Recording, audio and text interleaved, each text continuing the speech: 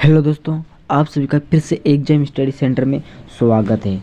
Okay, मैं हूं आशीष मीणा और आप देख रहे हो आपके YouTube channel exam study centre को।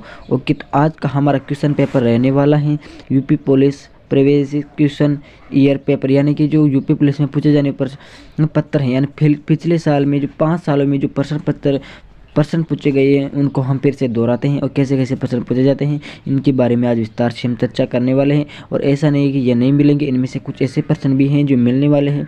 हम 50 क्वेश्चनों के बारे में चर्चा करेंगे। कितने 50 क्वेश्चनों के बारे में आज हम यहाँ पर चर्चा करेंगे। ओके दोस्तों, शुरू करते हैं आज का हमारा वीडियो बिना टाइम वेस्ट किए। ओके देखो, पहला क्वेश्चन है एशियाई खेल 2018 में महिला 3000 मीटर बाधा दौड़ प्रतियोगिता में रजत विजेता सुधा सिंह उत्तर प्रदेश के जिला से संबंधित है, यानी कौन से जिला से संबंधित हैं? तो इसका उत्तर होगा सी, यानी अमेठी जिले से संबंधित है। ओके दोस्तों, इसका सी उत्तर करेक्ट आंसर हो जाएगा। दूसरा है कब संयुक्त प्रांत का नाम बदलकर उत्तर प्रदेश किया गया? ओके, तो कब यानी कौन सी तिथि और खो किया गया? तो इसका उत्तर होगा 24 जनवरी 1950 को ये नामकरण किया गया। ओके दोस्तों, ये ओके मिनट किधर गया, मिल गया। देखो तीसरा प्रश्न है काला नमक, कौन सा काला नमक चावल की किस्म को एक जिला एक उत्पाद योजना के तहत उत्तर प्रदेश के किस जिले के से उत्पाद के रूप में चुना गया? तो उत्तर प्रदेश के कौन से जिले से? तो इसका उत्तर होगा सिद्धार्थनगर। कौन से? सिद्धार्थनगर से। ओके दोस्तों, अगला प्रश्न है सूफी कवि कौन सा देखो सूफी है नाम। सूफी कवि अमीर खुसरो का जन्म उत्तर प्रदेश के कौन से जिले में हुआ? तो इसका उत्तर होगा भाई एटा। कौन से जिले के? एटा जिले में हुआ था। अगला प्रश्न है बहू बेगम का मकबरा, कहाँ का बहू बेगम का मकबरा उत्तर प्रदेश में कहाँ पर स्थित है? तो इसका उत्तर होगा फैजाबाद में। कहाँ पर स्थित है भाई? फैजाबाद में स्थित है। अगला प्रश्न है निम्नलिखित में से किस प्रसिद्ध भारतीय शास्त्रीय गायिका को उसके शिष्यों द्वारा प्यार से अप्पा जी बुलाया जाता था? तो उनका नाम है भाई दोस्तों गिरिजा देवी। क्या नाम है? गिरिजा देवी उनका नाम है। अगला प्रश्न है उत्तर प्रदेश के वर्तमान मुख्यमंत्री योगी आदित्यनाथ संप्रदाय से संबंधित है, कौन से संप्रदाय से संबंधित है? तो इसका उत्तर होगा नाथ, यानी योगित्यनाथ। तो नाथ संप्रदाय से संबंधित। ओके दोस्तों, उत्तर प्रदेश के निम्नलिखित जिलों में से किसी सीमा नेपाल के साथ लगती है, यानी कौन सी सीमा नेपाल के साथ लगती है? तो इसका उत्तर होगा भाई बी, यानी कि महाराजगंज। कौन?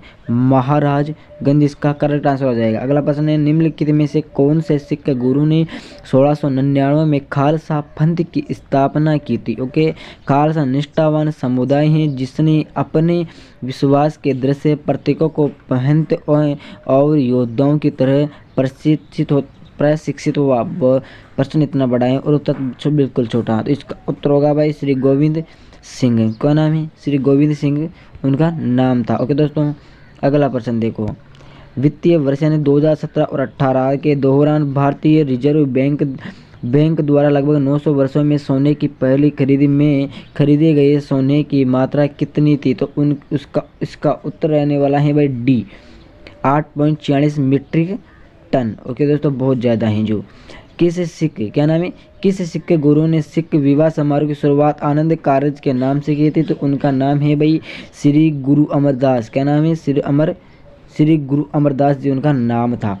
ओके दोस्तों, अगला प्रश्न है सांख्यिकी और कार्यक्रम कार्यान्वयन मंत्रालय द्वारा 16-17 के लिए दिए गए बागवानी आंकड़ों के अनुसार सबसे बड़ा फल उत्पादन भारतीय राज्य कौन सा है? तो इसका उत्तर होगा भाई आंध्र प्रदेश। क्या नाम है उसका? आंध्र प्रदेश उसका बिल्कुल करेक्ट आंसर हो जाएगा। ओके दोस्तों, अगला प्रश्न देखो। अगला प्रश्न है वित्तीय वर्ष 17-18 के दौरान भारत के व्यापार घाटे की लगभग राशि क्या थी? तो इसका उत्तर होगा भाई 13वें का डी आंसर हो जाएगा। ओके, कितना? 156.80 बिलियन इसका करेक्ट आंसर हो जाएगा। ओके दोस्तों, अगला प्रश्न है निम्न में से क्या है? निम्न में से कौन सा कथन सही है? तो इसका उत्तर होगा भाई बी। ओके, कौन सा? बी। देखते हैं 1975 में आपातकाल के समय इंदिरा गांधी भारत की प्रधानमंत्री थी। बिल्कुल करेक्ट आंसर है। निम्नलिखित में से कौन सा सही मिलान है? तो इसका उत्तर होगा भाई 15वें का सी। ओके, देखते हैं अनुच्छेद 19A भाषण और अभिव्यक्ति स्वतंत्रता का अधिकार है, बिल्कुल करेक्ट आंसर हो जाएगा। अगला, निम्न में से कौन सा कथन गलत है? तो 16वें का हो जाएगा भाई डी। 30 वर्ष की आयु का व्यक्ति राज्यपाल बन सकता है, बिल्कुल गलत होगा ये, ओके, यानी सही उत्तर होगा इसका। अगला प्रश्न है, भारत के केंद्रीय रेल मंत्री को किस सलाह पर दोबारा नियुक्त किया जा सकता है? किसकी सलाह पर नियुक्त किया जाता है? तो 17वें का उत्तर होगा भाई बी, राष्ट्रपति और प्रधानमंत्री की सलाह पर नियुक्त किया जाता है। किसको? भारतीय केंद्रीय रेल मंत्री को। अगला प्रश्न, निम्न में से कौन सा कथन सही है? तो इसका उत्तर होगा भाई ए, जाकिर हुसैन भारत के पहले मुस्लिम राष्ट्रपति थे। ओके दोस्तों, बिल्कुल करेक्ट आंसर। निम्नलिखित में से कौन सी जॉर्डन की राजधानी है? तो भाई 19वें का आंसर हो जाएगा करेक्ट डी, तो अम्मान इसका करेक्ट आंसर हो जाएगा। ओके दोस्तों, अगला प्रश्न देखो। अगला प्रश्न है, निम्नलिखित में से कौन सी मंगोलिया की मुद्रा है? यानी मंगोलिया की मुद्रा यानी शायद देश तो देश के मंगोलिया देश की बिल की मुद्रा थी भैया मेटिकल, क्या थी? मेटिकल। तो इसका करेक्ट आंसर हो जाएगा भाई डी। ओके दोस्तों, अगला प्रश्न देखते हैं। एशिया में तीसरा सबसे अधिक आबादी वाला देश कौन सा है? क्या है एशियाई जो एशिया महाद्वीप में उसमें तीसरा सबसे अधिक जनसंख्या वाला देश कौन सा है? तो इसका उत्तर होगा भाई डी, इंडोनेशिया। कौन सा है? इंडोनेशिया। अगला प्रश्न है, निम्नलिखित दक्षिण अमेरिकी राष्ट्रों में से किसमें दक्षिणी अमेरिका क्षेत्र का सबसे बड़ा वन क्षेत्र है? तो इसका बिल्कुल करेक्ट आंसर हो जाएगा बी, ब्राज़ील इसका करेक्ट आंसर हो जाएगा। अगला प्रश्न है, निम्नलिखित में से प्रायद्वीपीय भारत की सबसे बड़ी नदी कौन सी है? क्या है? निम्नलिखित में से प्रायद्वीप है उसकी भारत की सबसे बड़ी नदी कौन सी है? तो इसका करेक्ट आंसर हो जाएगा गोदावरी। तो गोदावरी इसका करेक्ट आंसर हो जाएगा दोस्तों। ओके, अगला प्रश्न है, संयुक्त एक मिनट किधर संयुक्त राष्ट्र क्या है? संयुक्त राष्ट्र द्वारा मानवाधिकार की सार्वभौमिक घोषणा को चिन्हित करने के लिए हर वर्ष की तिथि को अंतर्राष्ट्रीय मानवाधिकार दिवस मनाया जाता है। तो कौन सी तिथि को मानवाधिकार दिवस मनाया जाता है? तो इसका करेक्ट आंसर हो जाएगा 10 दिसंबर को। कब? 10 दिसंबर को मानवाधिकार दिवस मनाया जाता है। ओके दोस्तों, अगला प्रश्न है, जुलाई 2018 में अमरनाथ मंदिर की तीर्थ यात्रा करने वाले यात्रियों की सहायता के लिए CRPF द्वारा शुरू किए गए मोबाइल सहायता केंद्र का नाम क्या है? तो इसका करेक्ट आंसर हो जाएगा बी, साथी। क्या नाम है? बिल्कुल करेक्ट आंसर बी हो जाएगा, साथी के नाम से। ओके, अगला प्रश्न है भाई 26वां। ओके, तो 26वां है, अगले सप्ताह क्या है? अगले 7 वर्षों के लिए निम्नलिखित में देशों में से किसके साथ भारत ने अक्टूबर 16 में अपने व्यापार संधि को नवीनीकृत कर दिया? तो इसका करेक्ट आंसर हो जाएगा ए, भूटान। ओके दोस्तों, इसका करेक्ट आंसर ए हो जाएगा। अगला प्रश्न है 27वां, एशियाई खेल 18 में पदक तालिका में शीर्ष रहने वाले चीन ने कितने भी स्वर्ण पदक जीते थे? ओके दोस्तों, तो इसका करेक्ट आंसर हो जाएगा 27वें का डी, 132 स्वर्ण पदक जीते थे। ओके दोस्तों, अगला प्रश्न है, अंतर्राष्ट्रीय न्यायालय किस देश में स्थित है? तो अंतर्राष्ट्रीय न्यायालय नीदरलैंड में स्थित है। कहाँ पर? नीदरलैंड में स्थित है। ओके दोस्तों, अगला प्रश्न है, पेड़ पौधों में निषेचन के बाद अंडाशय परिवर्तन होता है, तो किसके द्वारा अंडाशय परिवर्तन होता है? तो इसका उत्तर होगा फल में। किसमें? फल में होता है। अगला प्रश्न है, क्षतिग्रस्त CFL और फ्लोरोसेंट ट्यूबों का निपटान सुरक्षित रूप से किया जाना चाहिए क्योंकि इनमें वाष्प होती है जो स्वभाव में जहरीली होती है। वह कौन सी गैस है? तो 32वें का करेक्ट आंसर हो जाएगा डी, पारे। कौन सा? डी करेक्ट आंसर हो जाएगा। ओके दोस्तों, अगला प्रश्न है 31वां प्रश्न है, पौधे में पानी और पोषक तत्वों के परिवहन के लिए संवहनी ऊतक को क्या कहा जाता है? तो 31 का करेक्ट आंसर हो जाएगा सी, जाइफलम। वह करेक्ट आंसर सी हो जाएगा। ओके दोस्तों, अगला प्रश्न है, निम्नलिखित पौधों में से पुनरुत्पादक बीज उत्पादन पौधे का नाम चुनना है, तो क्या नाम है उसका? तो इसका नाम करेक्ट आंसर हो जाएगा बी, ब्रेड मोल्ड। क्या? ब्रेड मोल्ड इसका आंसर हो जाएगा। किसी भी प्राकृतिक कच्चे माल पौधे या जानवर से बिना बनाया गया एक मानव निर्मित फाइबर, यह कोयले, पानी और हवा से तैयार किया गया है। किससे? पानी और हवा से तैयार किया गया है। यह पहला पूर्ण सिंथेटिक फाइबर था। ओके, यह क्या है? तो इसका करेक्ट आंसर हो जाएगा 33वें का क्या? 33वें का करेक्ट आंसर हो जाएगा नायलॉन, शायद मेरे हिसाब से बिल्कुल करेक्ट आंसर है नायलॉन, इसका करेक्ट आंसर हो जाएगा।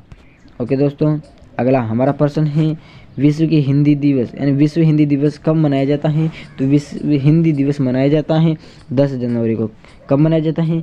10 जनवरी को हिंदी दिवस मनाया जाता है। ओके दोस्तों, अगला हमारा प्रश्न है अगला हमारा प्रश्न 35वां, ने यानी किसने अधिकृत चित्रित की विरासत ने के सिद्धांत को प्रतिपादित यानी खारिज किया था? तो उनका नाम है भैया, क्या नाम है, एक मिनट, तो उनका नाम था जीन बैप्टिस्ट लेमार्क। क्या है?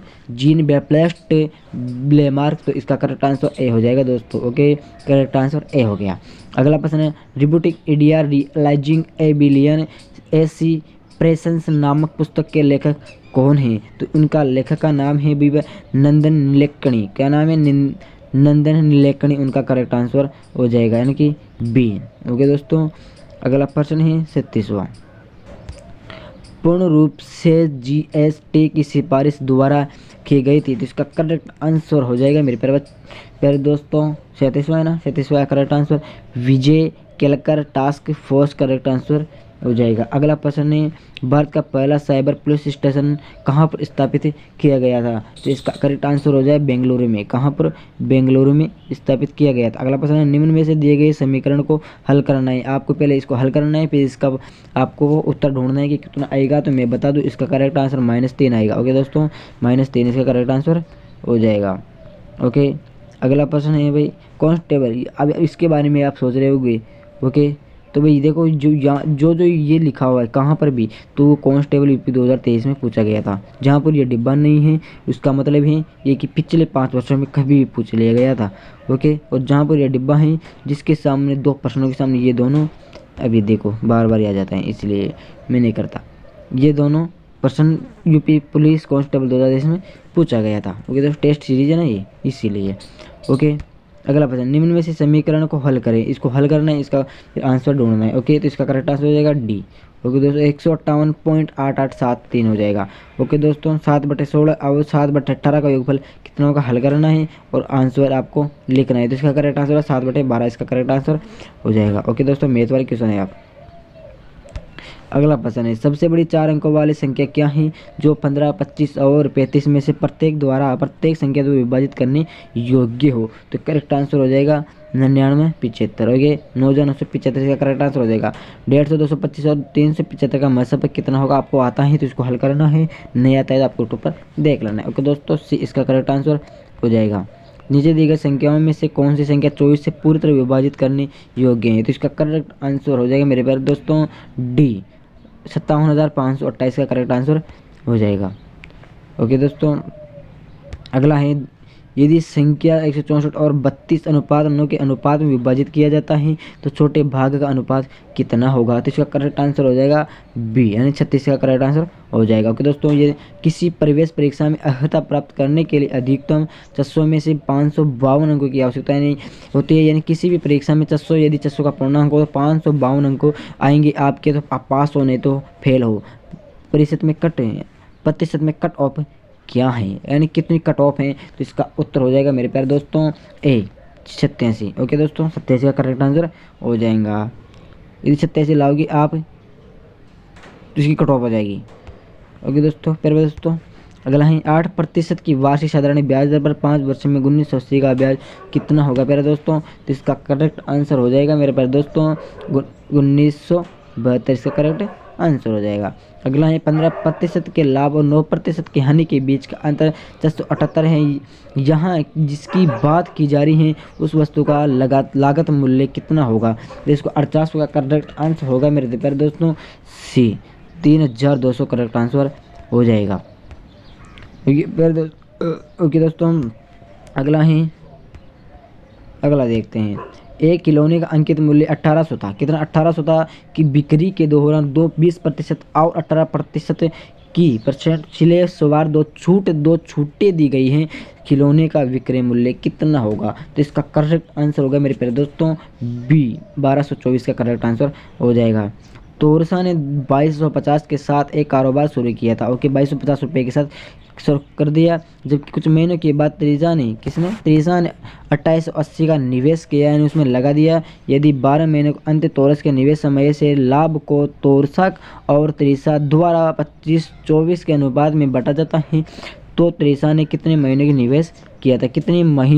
त्रिशा ने कितने महीनों के लिए निवेश किया था? तो इसका करेक्ट आंसर हो जाएगा मेरे प्यारे दोस्तों सी, 9 महीनों के लिए। ओके, तो ये आज के हमारे पूरे 50 क्वेश्चन कंप्लीट हो चुके हैं प्यारे दोस्तों यूपी पुलिस के। और ये हमारा सेट कितना था, मेरे हिसाब से सेट नंबर 4था या 5वां होगा, मैं इतनी याद नहीं है, लेकिन मैं डाल दूंगा टाइटल तो। ओके दोस्तों, मिलेंगे कल दूसरे वीडियो यानी कि दूसरा सेट में। जब तक सभी दोस्तों को जय हिंद, जय भारत, जय श्री राम कमेंट बॉक्स में ज़रूर लिखें।